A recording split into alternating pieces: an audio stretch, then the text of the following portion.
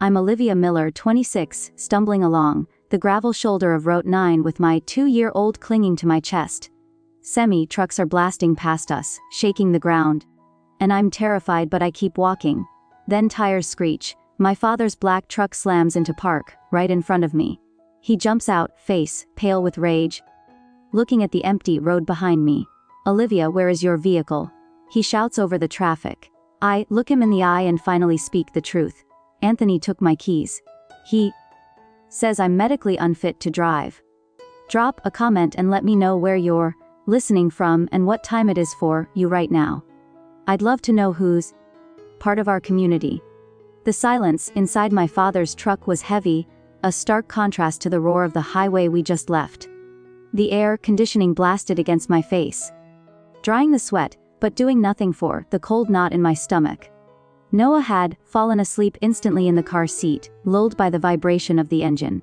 I looked at his small, peaceful face, and felt my hands start to shake. The adrenaline was fading, leaving behind only shame. "How long?" my father asked. He didn't look at me. His eyes were fixed on the road, his hands gripping the steering wheel so hard his knuckles were white. He wasn't asking as a dad, he was asking as a police chief. Interviewing a witness, 6 months, I whispered. Since Noah turned 18 months old, he took a sharp breath. "Why didn't you tell me?" "Because it didn't look like abuse." "Dad, that's the trick. It didn't start with a lock on the door or a raised fist. It started with a casserole. It started with Susan showing up with dinner and saying, 'You look exhausted, Olivia. Let me take the night shift.' And I was exhausted, so I let her. Then it was Anthony saying, 'Babe, why stress about the bills? I'm an accountant. Let me handle the finances so you can focus on Noah.' And I was stressed, so I thanked him." I looked out the window at the passing trees, watching the world blur. I needed him to understand the mechanics of the trap. It's the boiling frog. "Dad, you know the story. If you drop a frog in boiling water, it jumps out. But if you put it in cool water and turn the heat up slowly, it cooks to death before it realizes it's dying." That was my life. The heat went up 1 degree at a time. First, Susan moved into the guest house to help. Then, she was in my kitchen, every morning criticizing the nutritional value of the oatmeal I made. Then, she was checking my grocery receipts, circling items she thought were wasteful. When I complained, Anthony told me I was being ungrateful. He said I had postpartum anxiety. My father's jaw tightened. "Did a doctor say that?" "Oh, Anthony did." Every time I questioned why he moved our savings into a new account I couldn't access, he said I was being paranoid. Every time I asked why Susan had a key to our bedroom, he said I was being difficult. They made me feel like my brain was broken. Last week, I tried to drive to the park and my keys were gone. Anthony said he took them for my own safety because I've been so scattered lately. He said he was protecting me. I looked down at my hands. They were raw from gripping the carrier straps. They checked my phone. "Dad, every night," Anthony said he was just making sure I wasn't doomed scrolling, that it was bad for my mental health. But he was reading my text. He was tracking my location. "I stopped calling you because I didn't want you to worry and I didn't want them to know I was cracking. I thought if I just behaved better, if I was just calmer, they would give me my life back." My father pulled the truck onto the shoulder of the road and put it in park. He turned to me and the look in his eyes wasn't anger at me. It was the cold, lethal focus of a man who had hunted predators for 30 years. "That is not help, Olivia," he said, his voice low and terrifyingly steady. "That is a siege. They isolated you. They disarmed you, and then they took you hostage. We're going back." Panic flared in my chest. "No, Dad, please, I can't." "We aren't going back to talk," he said, shifting the truck back into gear. "We are going back to get your things. You are leaving that house today and you are never walking on the side of a highway again." The tires crunched on the pristine gravel driveway. My father's truck looked out of place among the imported sedans and meticulously trimmed hedges. The estate was silent, a fortress of beige stucco and wrought iron. Dad killed the engine, but neither of us moved. Through the windshield, I saw them. Anthony and Susan were on the patio. Susan was laughing, holding a glass of white wine, while Anthony scrolled on his tablet. They looked like a picture from a magazine. They looked like people who hadn't just forced a mother and child to walk miles on a highway shoulder. "Stay here," my father said. I ignored him.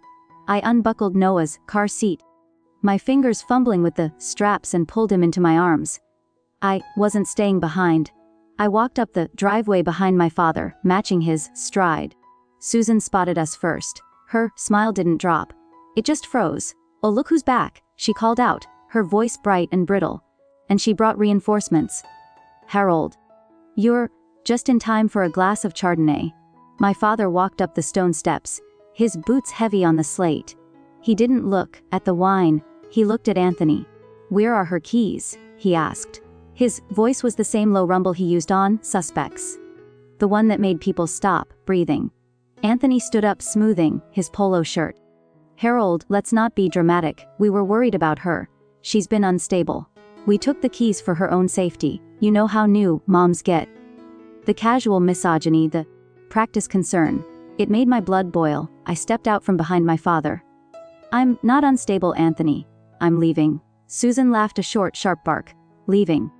Where are you going to go, Olivia? You don't have a job. You don't have a car. You barely have a brain cell left that isn't focused on diapers. We are protecting you. We are keeping this family together because you are clearly incapable of doing it yourself." My father stepped between us. He didn't shout, he didn't posture. He just looked at Susan with a cold, flat stare. "You aren't protecting her. You are holding her hostage. Give her the keys." "No." Anthony crossed his arms, trying to match my father's height, but failing miserably. "Or what, Harold? You going to arrest me? It's my car, it's my house. I make the rules. She wants to leave. She can walk. But she's not taking my son." The air in the yard changed. The birds seemed to stop singing. My father took one step closer to Anthony. "You want to talk about rules? Fine. Let's talk about the law. You are withholding her personal property. You are restricting her movement.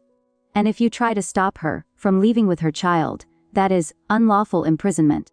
Susan scoffed. "Oh, please. She's hysterical. She needs rest. She needs her passport." My father said, turning to me. "Go inside. Get your documents. Get the baby's things. I'll handle them." I ran past Anthony, dodging his outstretched hand. I heard Susan shouting something about trespassing, about calling the police, but my father's voice cut through it all. "Go ahead, Susan. Call them. I'd love to explain the situation to my former colleagues." I raced up the stairs, my heart pounding against my ribs. The house felt different now, cold, alien. It wasn't my home. It was a crime scene. I tore open the closet door, my hands moving with a frantic, clumsy speed. I didn't fold anything. I shoved clothes into the duffel bag. Noah's onesies, my jeans, anything I could grab. My breath hitched in my throat, a jagged rhythm of panic. My father stood in the doorway, his back to me, watching the hall. He was a statue, a barrier between me and the people who had slowly dismantled my life. I stopped for a second, clutching Noah's favorite blanket. "Dad," I whispered. He didn't turn around. His shoulders were rigid. "I saw it then 6 months ago," he said, his voice rough, with a pain I hadn't expected. "The Sunday dinner when you didn't laugh once. The way you looked at Anthony. Before you answered a simple question. I saw the light going out in your eyes, Olivia." I froze. He knew. I told myself it wasn't my place. He continued, his voice cracking. "I told myself marriage is hard, that I shouldn't interfere, that I was helping by giving you space. I thought I was respecting your boundaries, but I wasn't. I was leaving you behind enemy lines without a weapon. I'm so sorry." The guilt in his voice was heavy, a physical thing. It was the silent regret of the watchman who fell asleep while the castle was breached. I walked over and put a hand on his arm. "You're here now," I said. "But Dad, you need to know something." I didn't stay because I was weak. He turned to look at me, his eyes searching mine. I stayed because I was terrified that if I left without a plan, they would take Noah. I pulled a hidden folder from under the mattress, the one place Susan never checked because she was too busy inspecting the dust on the baseboards. I opened it. Inside were photos of Anani's, bank statements I'd snapped when he left, his laptop open. Screenshots of texts between him and Susan discussing how to manage me. I wasn't just surviving, Dad, I said, my voice steadying. I was gathering ammunition. It's the invisible chain of the survivor. You don't yank against the chain because it just chokes you harder. You wait. You pick the lock while they're sleeping. I was waiting for the moment I could leave with Noah and never have to look back. Today was that moment. My father looked at the folder, then at me. He didn't see a victim anymore. He saw his daughter. Let's go, he said. We walked out of the bedroom. Anthony was at the bottom of the stairs, looking up at us with a mix of fury and disbelief. Susan was behind him, her phone in her hand. You can't take him, she shrieked, pointing at Noah in my arms. That is kidnapping. I have the police on the line right now. My father didn't even slow down. He descended the stairs step by heavy step, forcing Anthony to back up. It is not kidnapping for a mother to travel with her child, Susan, my father said, his voice projecting with the authority of a man who knew every statute by heart, but preventing a person from leaving a premises, that is unlawful restraint. And if you lie to a 911 dispatcher about a custody dispute to inside a police response, that is filing a false report. Do you want me to spell out the sentencing guidelines for you? Susan's mouth snapped shut. Her thumb hovered over her phone screen, trembling. I walked past them. I didn't look at Anthony. I didn't look at the kitchen where I'd cried over burnt toast. I walked out the front door into the blinding afternoon sun. The air tasted different out here. Tasted like oxygen. The drive to my father's house felt like the first real breath I'd taken in a year. The silence wasn't empty. It was safe. Noah babbled in the back seat, pointing at the passing trees, oblivious to the fact that his mother had just burned down her life to save his. When we pulled into Dad's driveway, I expected relief. Instead, my brain switched into overdrive. The adrenaline crash was brutal, leaving me shaky and nauseous. We need to check everything, I said, dumping the duffel bag on Dad's kitchen table. My father was already on the phone with his lawyer, but he nodded at me. Check what? The money, the documents, everything. I spread the papers out. I'd managed to grab the file folder from Anani's home office while Dad was blocking the stairs. My hands trembled as I opened it. Bank statements, loan agreements, title, documents. It took 10 minutes to realize the extent of the damage. Dad hung up the phone and walked over. What did you find? I stared at the paper in my hand, the numbers blurring. My car, I whispered. The SUV you bought me when Noah was born. Yeah, it's gone. Anthony sold it 3 weeks ago to a dealership in the next county. The bill of sale was right there. Dated the day after he took my keys. 12,000. My father's face went stoic. A mask of controlled rage. He sold a gift given to his wife. He didn't just sell it. Dad, look at this. I pushed a bank transfer receipt toward him. He used the money to pay off a credit card, but the card isn't in his name. It's in Susan's. Dad picked up the paper. Susan's gambling debt or a failed business venture. Does it matter? They stole my car to pay her bills. But that wasn't the worst of it. I dug deeper into the file, my heart pounding a frantic rhythm against my ribs. There was a loan document from a private lender. 40,000. The borrower listed was Olivia Miller. I didn't sign this, I said, my voice rising in panic. Dad, look at the signature. Looks like Anthony trying to write like you. Dad finished. I felt the room spin. He took out a 40,000 loan in my name and the educational trust fund. The 56,000 my grandmother left me. I logged into the banking app on my phone, my fingers slipping on the screen. Incorrect password. I tried again, locked out. I called the automated number, punching in my social security number, the balance of your account, ending in 44. 92 is Darrow. I dropped the phone. They had taken everything. The car, the trust fund, my credit. It wasn't control anymore. It was a deliberate attempt to bankrupt me, to trap me with no way out. My father studied the documents. The forged loan, the car sale, the transfers. His expression hardened. This isn't a marriage issue, he said. This is felony fraud.